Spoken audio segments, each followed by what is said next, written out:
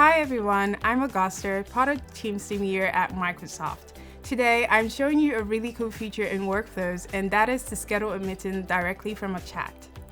We previously showed you how to find workflows in the Team Store and some cool features you could use to help streamline your daily tasks. Be sure to check out that video. Let's get started. From a Teams message chat box, right-click or hover your cursor on a chat to see the three ellipses, and from the drop-down options, select More Actions. From here, you can select the plus icon, which is called the Create New Action.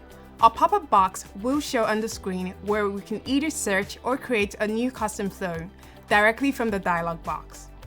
Let's keep it simple and select the preview template, Schedule a meeting directly from a message. Another dialog box will pop up.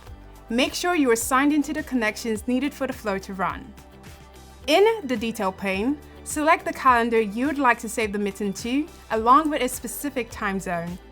Once you've made the selections, select Add Workflow, and that's it.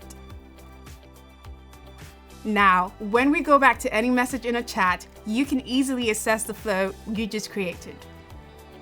Be sure to share the powerful flows you create for you and your team using workflows and Teams when you try it out.